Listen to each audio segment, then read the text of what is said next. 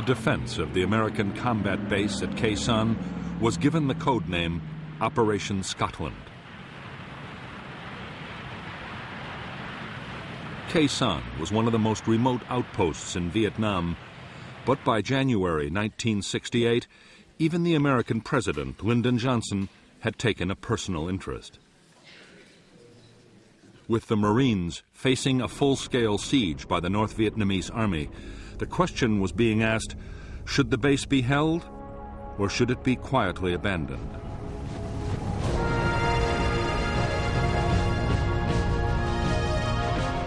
Many in Washington worried that defending Khe Sanh could invite a costly and humiliating defeat. General Westmoreland, the U.S. commander in Vietnam, dismissed all such fears.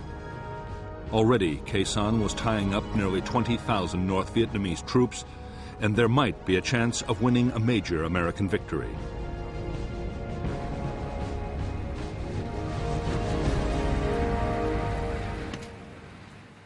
General Wrath von Tompkins, the new commander of the 3rd Marine Division, was also convinced that the base could and should be held. To boost the defenses, he had sent a 3rd Battalion of the 26th Marines as reinforcements. They were directed to Hill 558, from where they could provide fire support. There were now 5,000 American troops at Khe Sanh.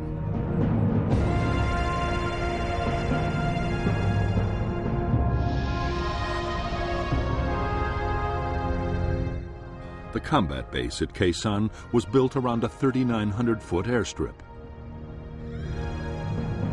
Beside the strip was the Marine Air Traffic Control Unit. Nearby was the 26th Marine Command Post and the Fire Support Coordination Center.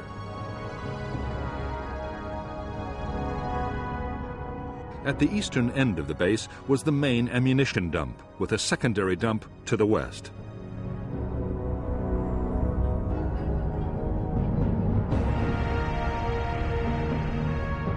The base perimeter was manned by the 1st Battalion and a company of the 3rd.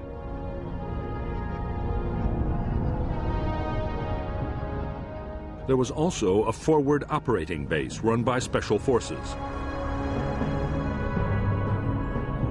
The infantry were backed by tank and anti-tank units and an artillery battalion of the 13th Marines.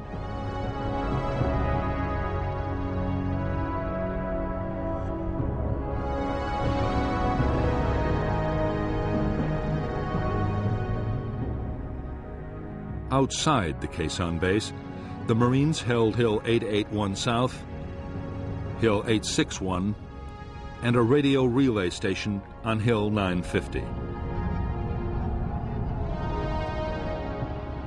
The whole 2nd Battalion occupied Hill 558 to block the Rao Quan River Valley. Beyond 881 South, the North Vietnamese 325C Division had secretly fortified a chain of hills. On January 20th, 1968, the Americans thwarted an attempt to take 881 South, and just after midnight the next day, 861 was partially overrun, but the attackers were also driven off. At 5:30 a.m., Khe Sanh base itself was hammered by a massive North Vietnamese artillery bombardment.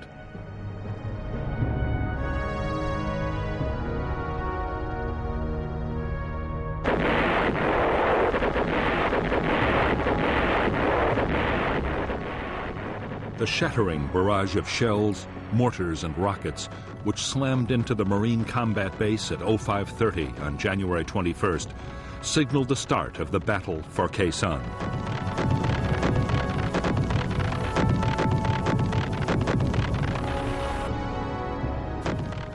The North Vietnamese gunners had targeted their bombardment with unerring accuracy. As Marines had dived for cover, one of the first rounds had scored a direct hit on the main ammunition store.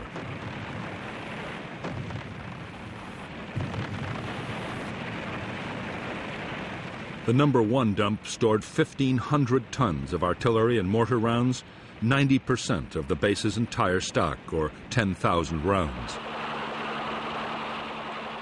All of it was lost. 18 men were killed instantly and 40 were wounded as the ammunition exploded and shells and mortar rounds flew in every direction. The explosions would go on for another 48 hours.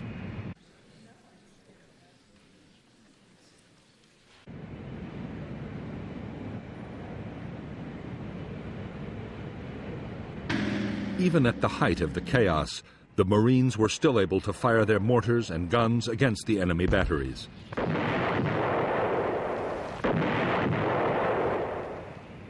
They also called in air support, and very quickly, fighter bombers were blasting the suspected locations of the North Vietnamese artillery, which in return scored 300 direct heavy artillery hits on the firebase.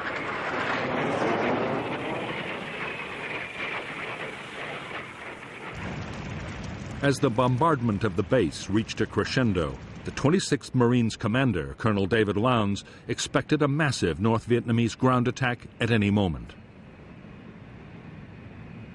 But the attack didn't come. The North Vietnamese infantry had a different objective. The target was Khe Sanh village, 3 miles from the Marine combat base.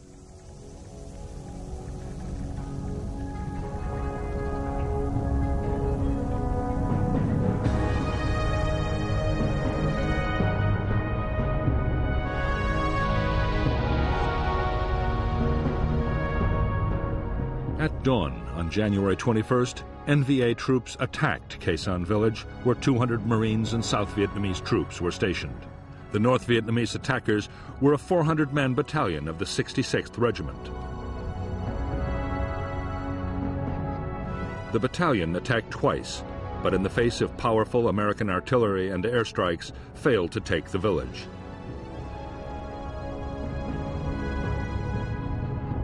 An attempt at reinforcement by a South Vietnamese unit went disastrously wrong, and the whole force was destroyed.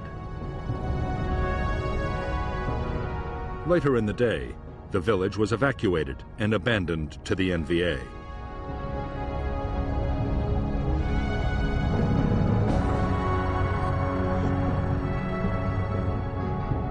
Later that evening, Khe Sanh base itself was probed by a North Vietnamese assault unit. L Company of the 3rd Battalion drove off the attack. The following day, the base's western flank was reinforced by the newly arrived 1st Battalion of the 9th Marines, deployed at a quarry a mile from the perimeter. A platoon was detached from the battalion to occupy the nearby Hill 64.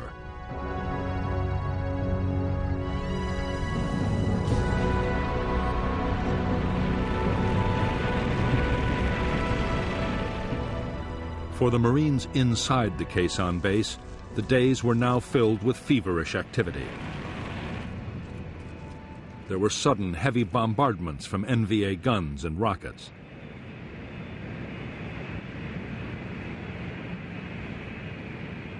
The massive damage done by the first barrage still had to be repaired. The biggest worry was ammunition. The first aircraft to land all carried shells. More than 130 tons were delivered in just 2 days.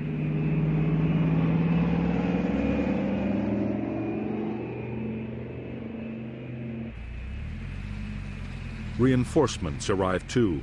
The Marines were joined by 300 South Vietnamese Army Rangers, and Colonel Lowndes now had more than 6,000 men inside the compound and in 7 defended positions on the surrounding hills.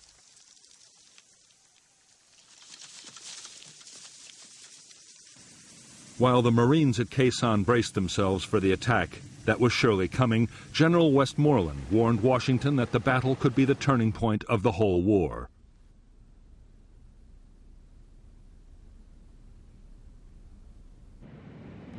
In the United States, President Johnson was getting more and more worried about what might happen. The last thing he wanted was an American version of Dien Bien Phu, but he was determined to support his commander. Westmoreland would be allowed to fight the battle he wanted. There would be no U.S. withdrawal from Khe Sanh, despite the fact that the NVA were still raining between 150 and 300 shells a day on Khe Sanh.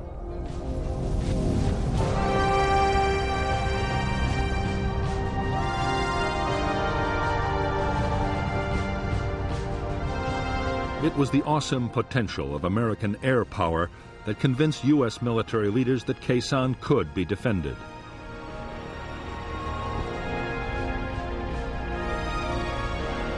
Before the battle had started, on 5th January, Westmoreland and U.S. tacticians devised a plan for defending Khe Sanh by bombing.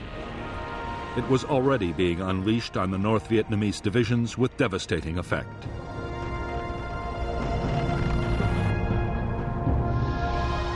The Americans called it Operation Niagara.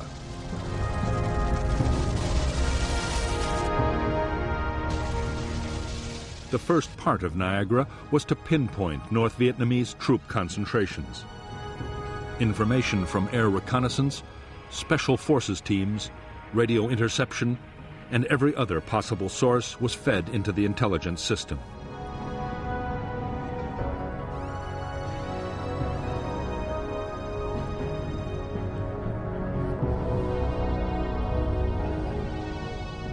Niagara also deployed the most advanced and secret surveillance technology in the world. Aircraft and helicopters scattered hundreds of electronic sensors across the enemy's main lines of approach. They could detect the movement of troops and send signals to alert the Americans. As the intelligence picture built up, Operation Niagara quickly gathered momentum. In spite of rivalry between the Air Force and the Marines over who should control operations, every available warplane in the area was standing by. At the peak of the siege, American planes dropped triple the tonnage of bombs delivered on a peak day during World War II.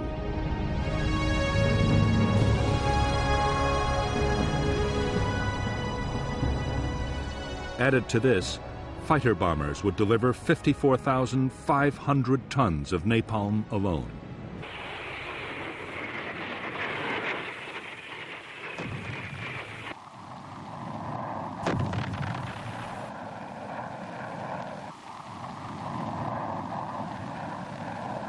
Although fighter bombers were flying the vast majority of Niagara missions, most of the sheer weight of bombs was being delivered by B-52s, as part of an ongoing operation codenamed Arclight. The strikes were flown around the clock. A cell of 3 B-52s arrived over the Khe Sanh area every 90 minutes.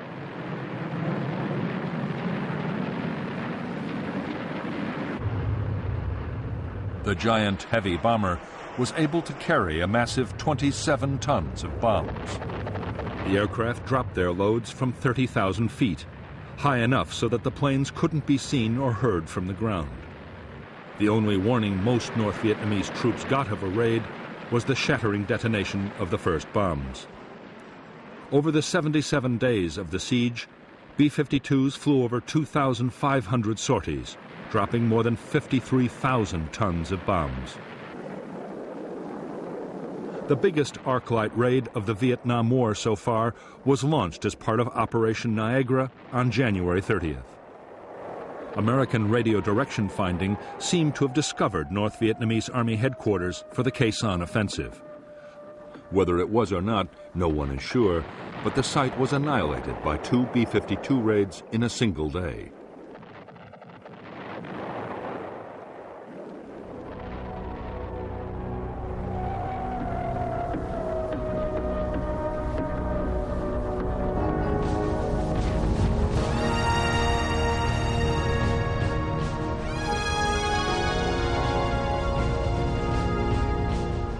Early in the morning of January 30th and 31st, 1968, the general offensive the Viet Cong had been planning for more than 6 months broke with shattering force all over South Vietnam.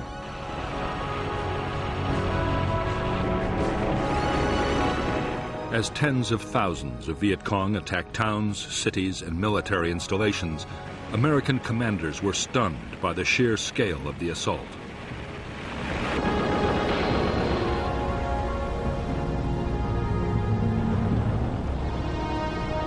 While most of South Vietnam erupted in violence, Khe Sanh was uncannily quiet. A North Vietnamese army defector had confirmed that there was to be a major attack, but nothing had happened yet.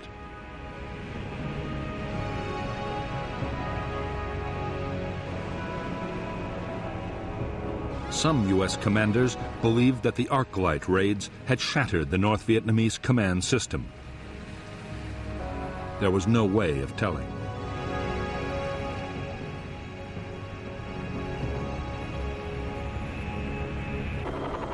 As the tide of the Viet Cong's Tet offensive swept over South Vietnam, most of the advance was being countered by the South Vietnamese army.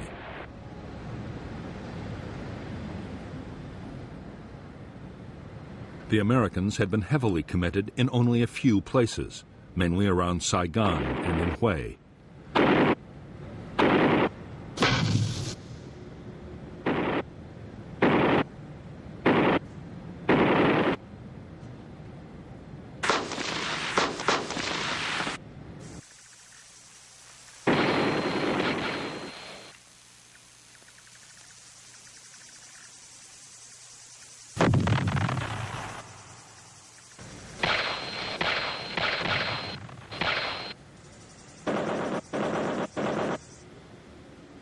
General Westmoreland was holding back his forces, still convinced that the main attack would come at Khe Sanh.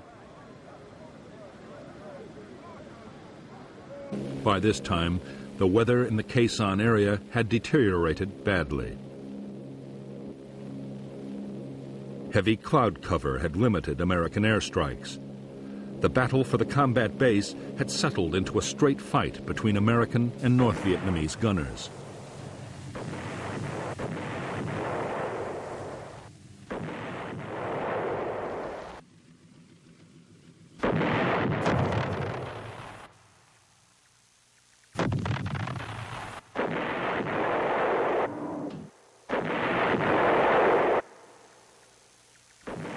The busiest time for the American guns was after dark, when the NVA were most active.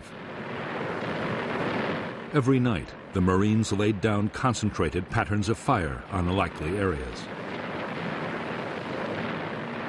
Sometimes, in bombardments known as mini arclights, an intense artillery barrage was combined with radar-guided airstrikes to saturate a target completely.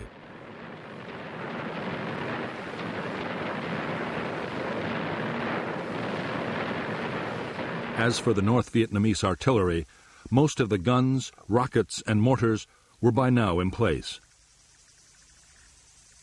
Getting them into position had been a massive job. Northern troops had also sighted hundreds of ammunition dumps around Khe Sanh and across the border in Laos.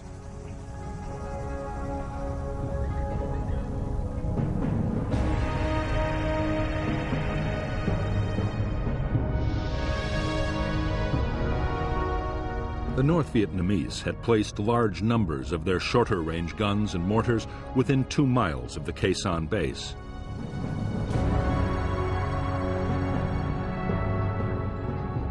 Most of the big rockets were fired from Hill 881 North.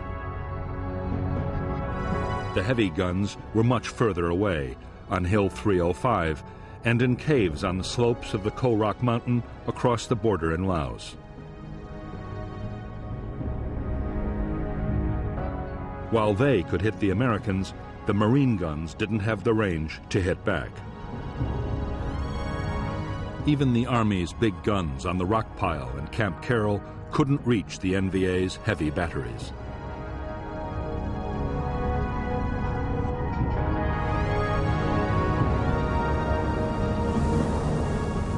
By now, more than 2 weeks into the battle, over 150 North Vietnamese artillery rounds were hitting the Khe Sanh base and its outposts every day, rising to a peak on February 23rd of 1,300.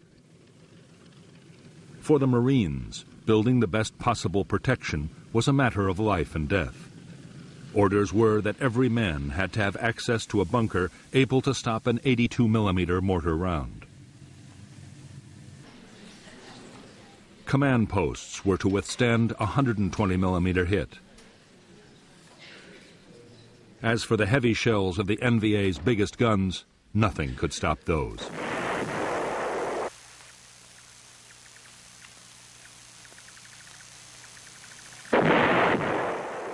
The North Vietnamese artillery hitting Khe Sanh and the Marine outposts was all indirect fire.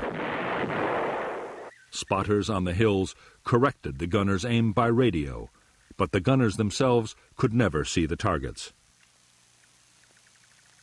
What NVA commanders wanted most of all was to place guns on the hills overlooking the base. From there, they could pour devastating fire straight down onto the Americans.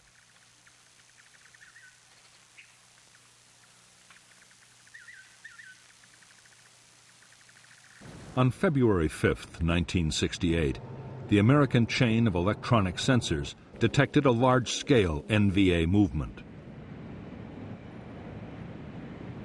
The activity seemed to point to an imminent attack on Hill 881 South. The U.S. reaction was a massive Niagara raid. Whole North Vietnamese units were caught in the open as the entire area around the hill was devastated in a massive storm of bombs.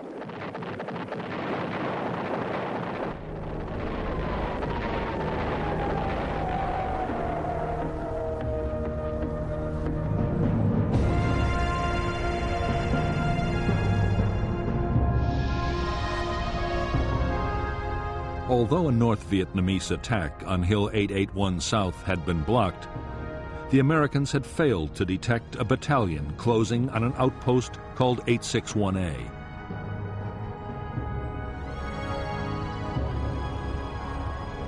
There, a single Marine company drove off two determined assaults as artillery fire destroyed the follow-on waves of NVA troops.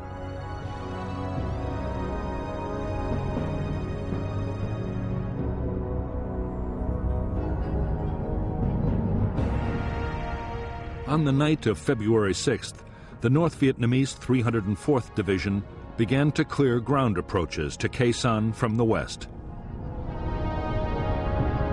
The first objective was the American Special Forces camp at Long Vây, manned by a handful of U.S. troops and a battalion of South Vietnamese local militia.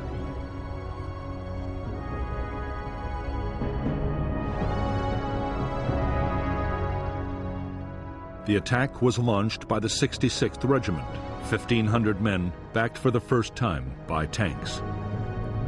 In less than 3 hours, the Long Vây camp was overrun, and only 74 of the 400 U.S. and South Vietnamese defenders survived. The next target for the NVA was Hill 64, occupied by a single American platoon. A two-pronged infantry attack was launched against the hill, but a relief platoon, supported by fierce air and artillery fire, drove the North Vietnamese to the west. There they were again hammered by a massive American bombardment.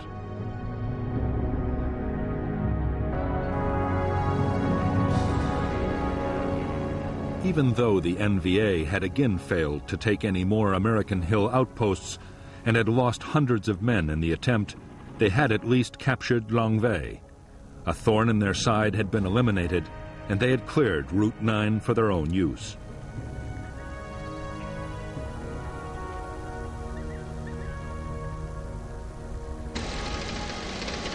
Artillery reinforcements, including 130-millimeter guns, could now be brought much closer to the Khe Sanh base.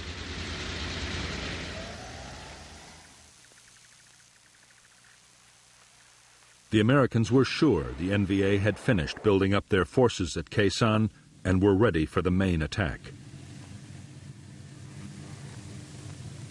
But to their surprise, the expected assault still didn't come.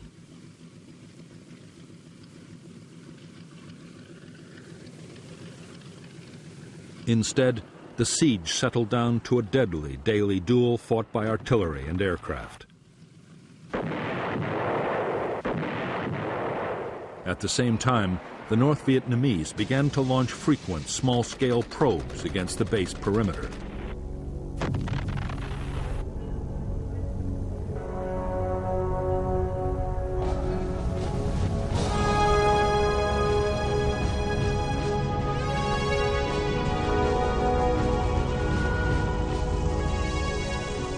In Washington, anxiety about the fate of the Marines at Khe Sanh was mounting. A relief operation was being planned, but it would demand powerful forces and couldn't be mounted for weeks.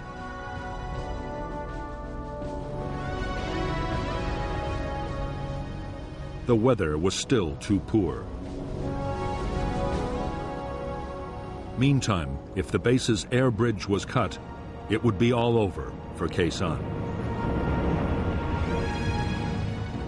The troops manning the base needed ammunition, food, and medicines.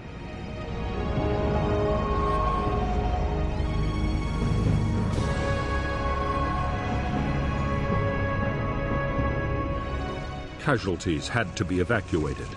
Men finishing their tours of duty had to be flown out and replacements brought in. The main base alone needed 160 tons of supplies a day just to keep on fighting.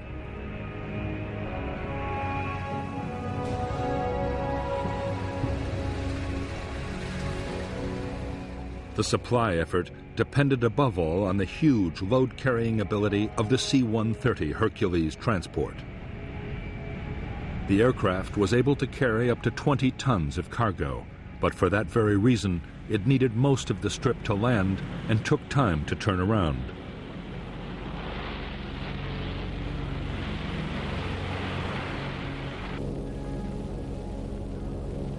Every plane met a storm of anti-aircraft fire, mortars, and artillery.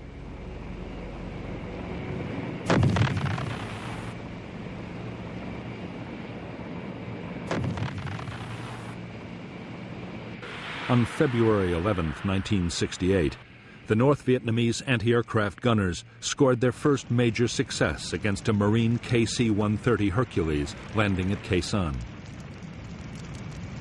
The plane was carrying a cargo of helicopter fuel and burst into flames. 6 of her crew were burned to death. The loss of the C-130 marked the end of attempts to land very large aircraft at Khe Sanh. Smaller, more nimble planes, like the C-123 Provider, as well as Marine helicopters would still come in. But without the big loads of the Hercules, the base would never survive. Other methods would have to be tried. The most successful new method was called LAPES, the Low-Altitude Parachute Extraction System. The Hercules flew only 5 feet above the runway while a parachute snatched the cargo pallets out of the hold.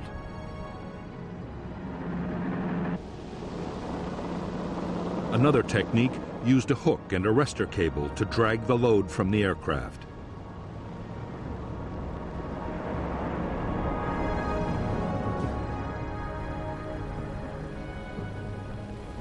In February 1968, appalling weather with ground fog and low cloud stopped all low-altitude deliveries. The only option was to parachute supplies into a drop zone just outside the perimeter. Several thousand tons would arrive this way, but still for the Marines, bad weather invariably meant tight rations.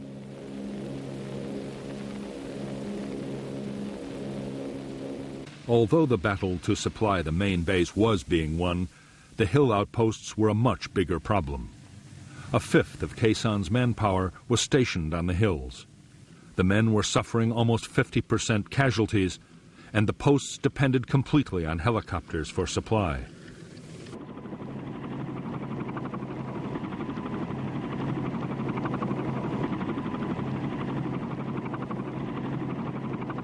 For the crews of helicopters supplying the hill outposts, every mission was a gamble with death.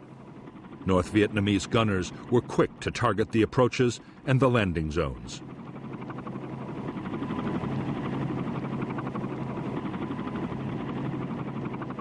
Anti-aircraft fire followed the helicopters in, and as soon as they landed, mortar crews and machine gunners opened up.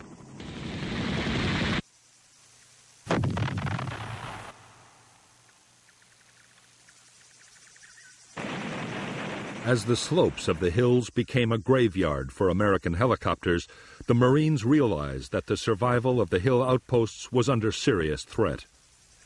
And if they fell, the main base couldn't last for long.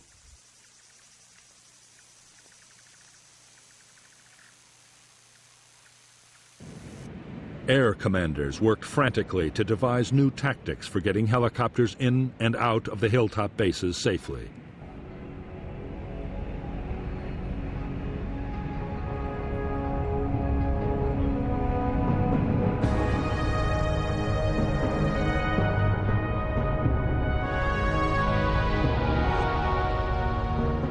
The tactics the Americans devised depended on swamping the enemy anti-aircraft guns and mortars around a landing zone with a high-speed assault.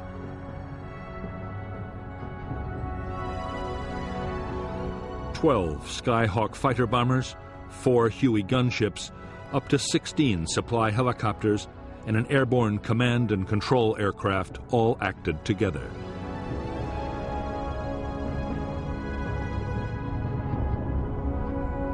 The first stage was for 4 Skyhawks to hit North Vietnamese positions with bombs and napalm. 2 more laid tear gas.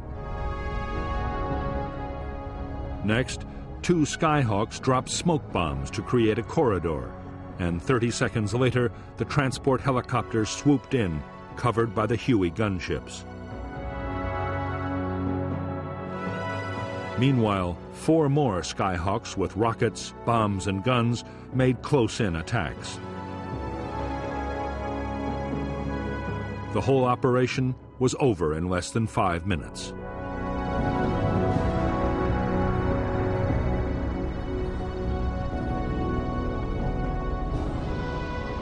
The new tactics quickly earned the title Super Gaggle, because the helicopters looked like an oversized flock of geese. With the fighters and gunships in the air too, the method took incredible timing to pull off successfully.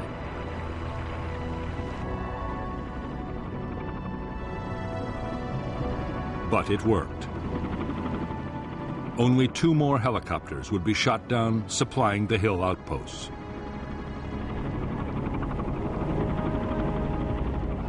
By now, the strain of the long siege was beginning to tell on the troops at Khe Sanh.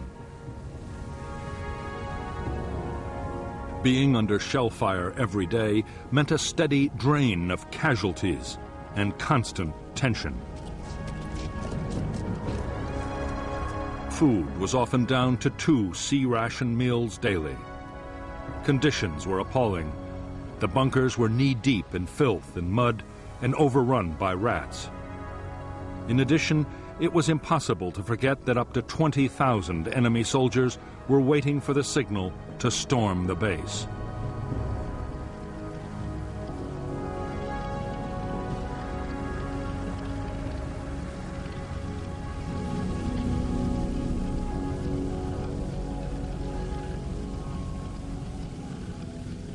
To stop the men brooding about their possible fate, officers and NCOs kept the troops as busy as possible. Digging trenches, filling sandbags, and improving bunkers was a big part of every day.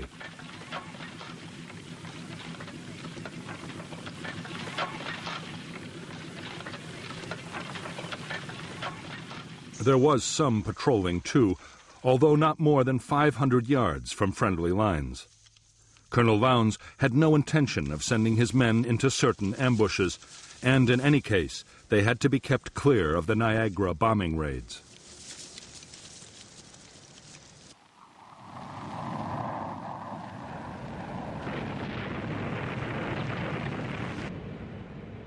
On the base perimeter, the watchword was constant vigilance.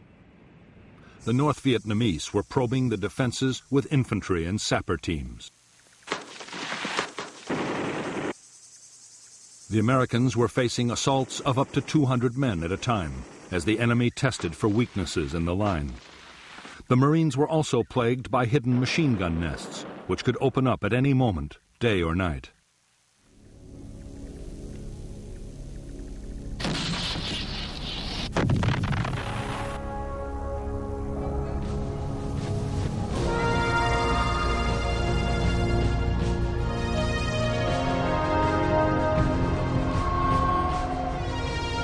By now, the attention of the American public was riveted by the Battle of Khe Sanh. The story was being covered by dozens of journalists and was featured on network television every day. Stories about Khe Sanh accounted for 25% of all film news reports about the war on U.S. networks and up to 50% on CBS. Arguments raged over the rights and wrongs of trying to hold the base. In Washington, President Johnson was deeply worried about the fate of the Marines at Khe Sanh. He was constantly demanding the latest information on the battle. A model of the base had even been brought into the White House Situation Room. For the first time in the Vietnam War, the room was on full alert, 24 hours a day.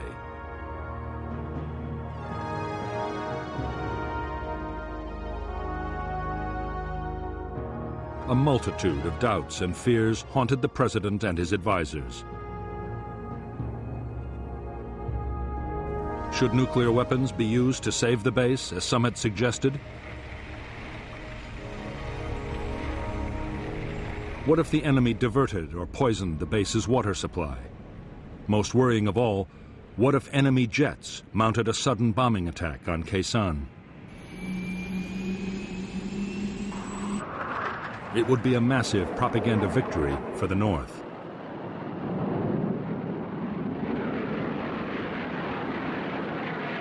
Although North Vietnamese aircraft did penetrate to within striking distance of Khe Sanh, they made no attempt to attack the Marine base.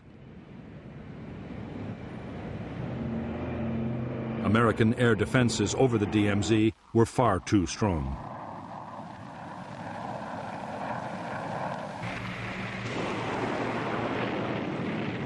The biggest threat to the Marines at Khe Sanh did not come from modern fighter aircraft. It came from one of the most primitive weapons in warfare.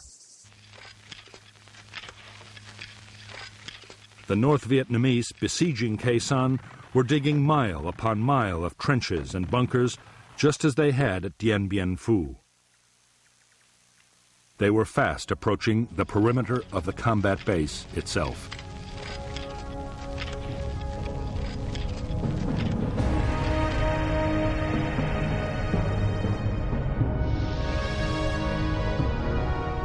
Already there was a major system of North Vietnamese fortifications on Hill 471, less than 2 miles to the south of the Khe Sanh base.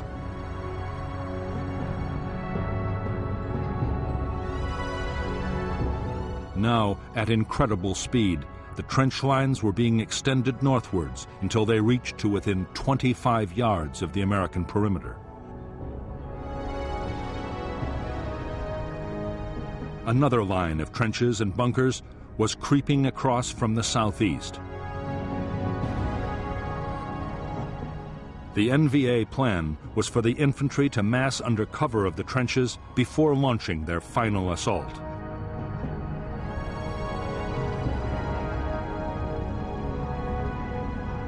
By the last week of February 1968, few Americans inside Khe Sanh doubted that the big North Vietnamese ground assault would have to come soon.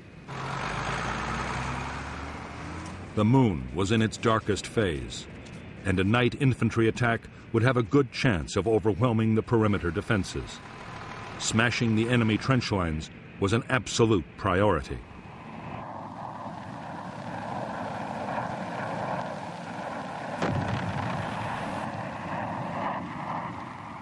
The Americans tried every conceivable method to destroy the trenches.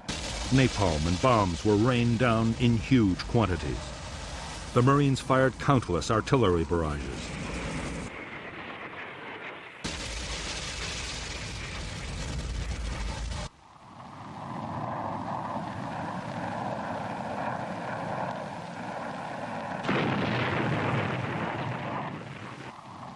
But the Americans had little success.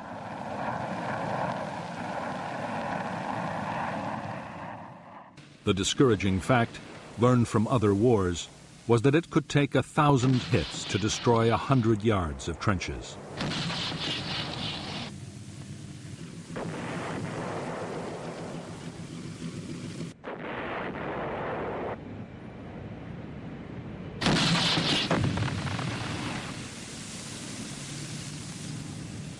In the end, the answer lay with the B-52s. Up to now, arc-light raids had been kept more than 2 miles away from the base perimeter. On February 27, 1968, the restriction was lifted.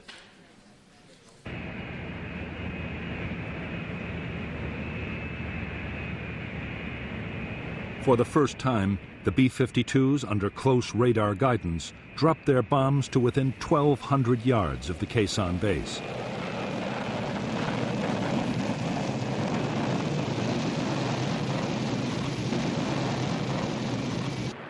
The effect was shattering.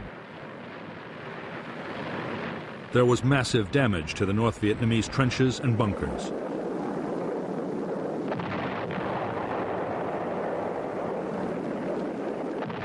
It was a turning point in the battle for Khe Sanh. From now on, close-in bombing by B-52s would play a major part in the defense.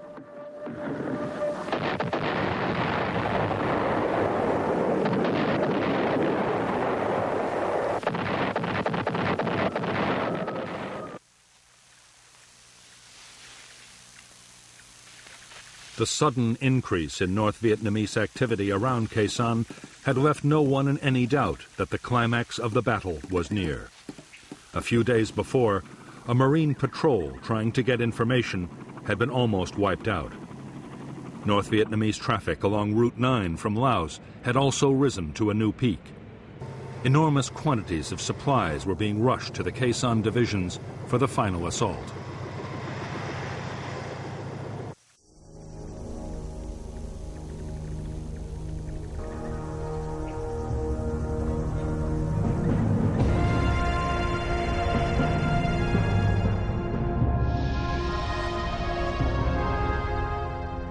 The 66th Regiment of the North Vietnamese 304th Division was assembling near a plantation to the south of the Khe Sanh base.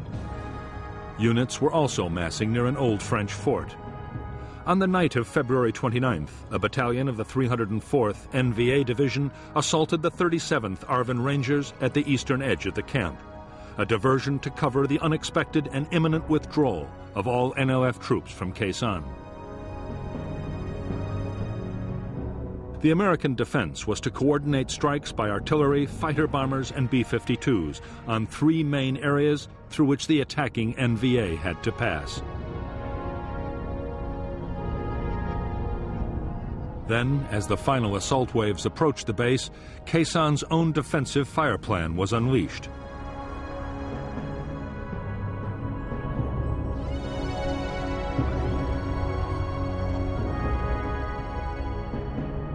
The base perimeter at the point of attack was manned by the 37th South Vietnamese Ranger Battalion.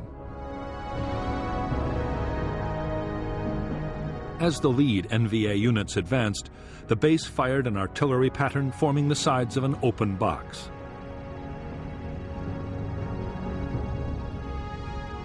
A creeping barrage was then walked up and down inside.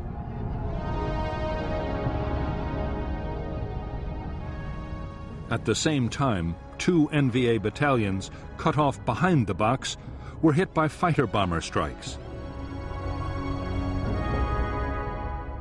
While long-range artillery from the Rockpile and Camp Carroll created a moving outer cordon.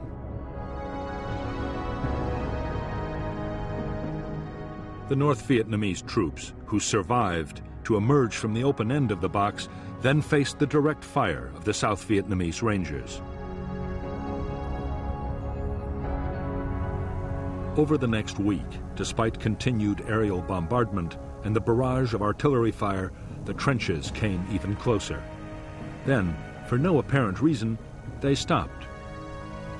On March 6th, with the Marines still waiting for the final assault, many of Jap's troops stumbled away through what was left of the jungle, an area of land that had received 100,000 tons of bombs, the heaviest aerial bombardment on a single piece of land in the history of warfare.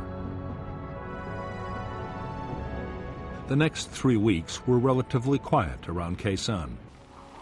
American air activity increased steadily as the weather improved, and more NVA units began to withdraw into Laos. But the battle for Khe Sanh was not yet over. On March 22, 1968, there was a sudden explosion of violence. Without warning, a massive North Vietnamese bombardment, including huge numbers of heavy shells from the Ko Rock Mountain, slammed into Khe Sanh. More than 1,000 rounds hit the base at the rate of 100 every hour.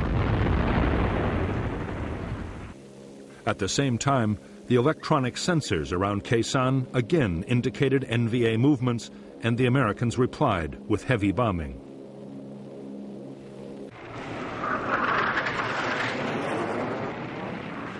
As the weather steadily improved, U.S. air attacks around the Khe Sanh base grew fiercer by the day.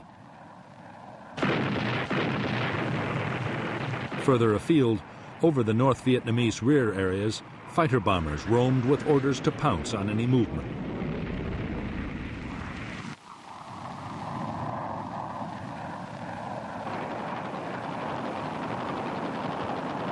For the North Vietnamese, the situation could only get worse. General Giap was forced to concede that Khe Sanh could not now be taken. By this time, the Marines were mounting small but aggressive attacks out of the base.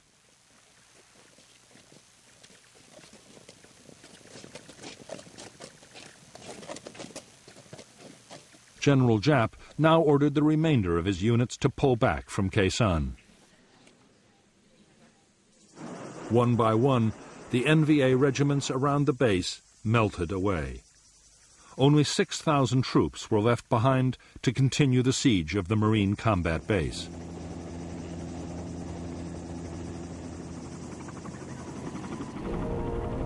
Although fighting would go on, the worst of Khe Sanh's ordeal was over.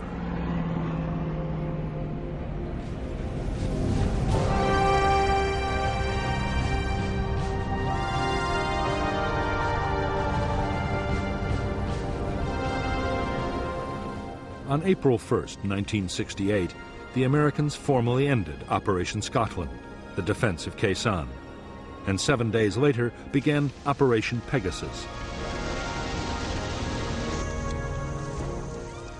April 9th was the first time in 45 days that no shells fell on Khe Sanh.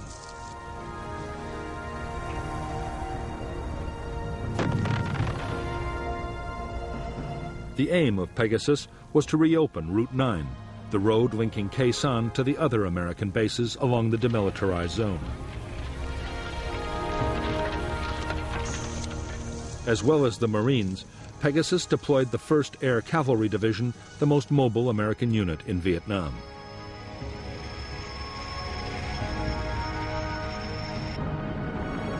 The Air Cavalry had more helicopters and airborne firepower than any other U.S. unit.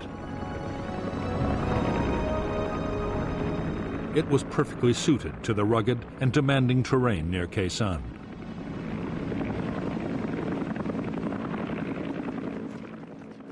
For Pegasus, the division's commander, Major General John Tolson, was also given the 1st Marine Regiment, a South Vietnamese airborne task force, and the 26th Marines in Khe Sanh.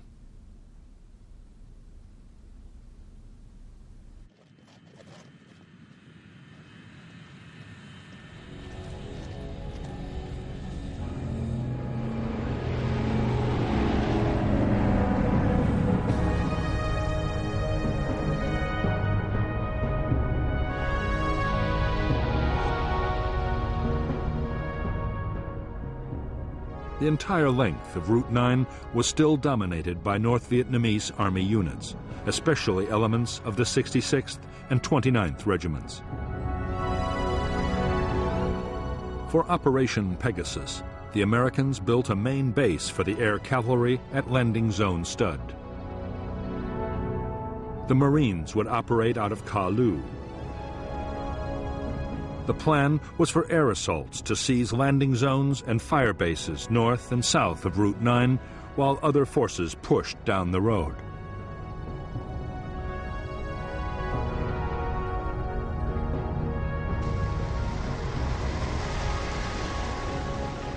Although the weather was poor for fighter bombers, the weight of American firepower supporting Pegasus was still enormous.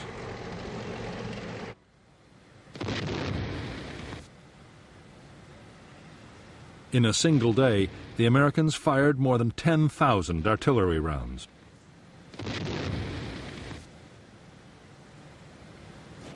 Before the operation was over, B-52s launched 45 arc-light strikes.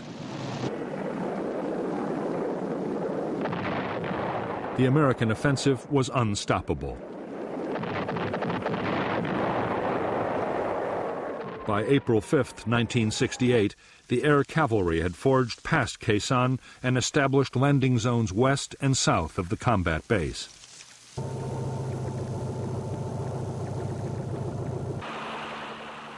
While the cavalry consolidated their new positions, the Marines in Khe Sanh mounted their own breakout assaults. There was strong resistance from battalions of the North Vietnamese 66th Regiment, which mounted fierce counterattacks, but the Marines succeeded in taking Hill 471.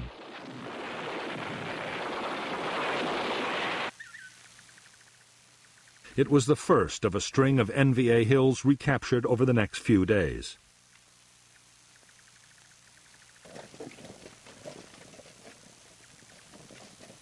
On April 8, 1968, the air cavalry and the 26th Marines at the combat base linked up, formally ending the siege of Khe Sanh.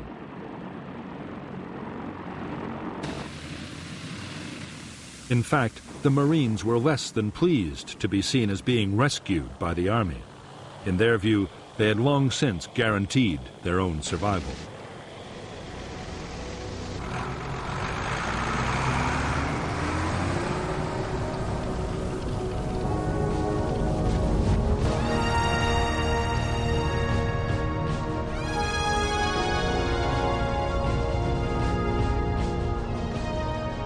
The 77-day siege of Khe Sanh had turned into the biggest single battle of the Vietnam War. The official assessment of the North Vietnamese Army dead was just over 1,600, with 2 divisions all but shattered. But thousands more were probably killed by bombs and left no trace of ever having existed.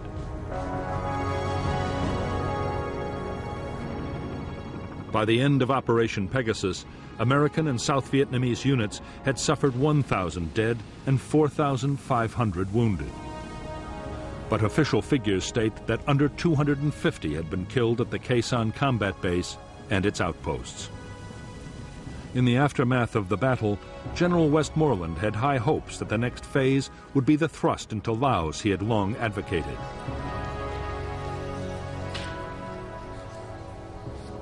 He now had the forces he needed.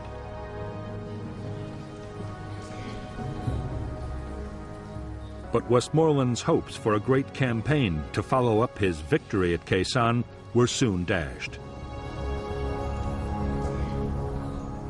In the United States, by the spring of 1968, American public opinion had turned sharply against the war in Vietnam.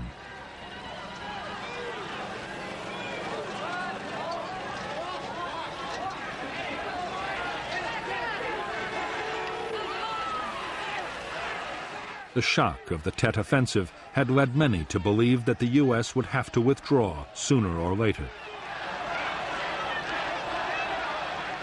Under severe pressure, President Johnson had promised to search for a negotiated peace.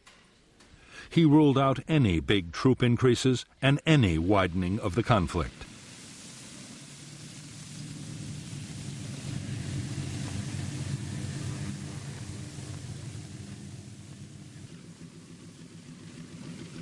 In June 1968, General Westmoreland approved the destruction of the Khe Sanh combat base.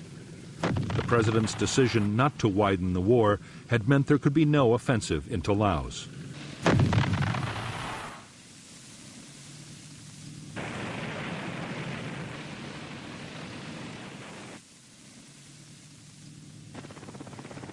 Nor was the base needed for defense, as there were now strong and highly mobile American forces in the area.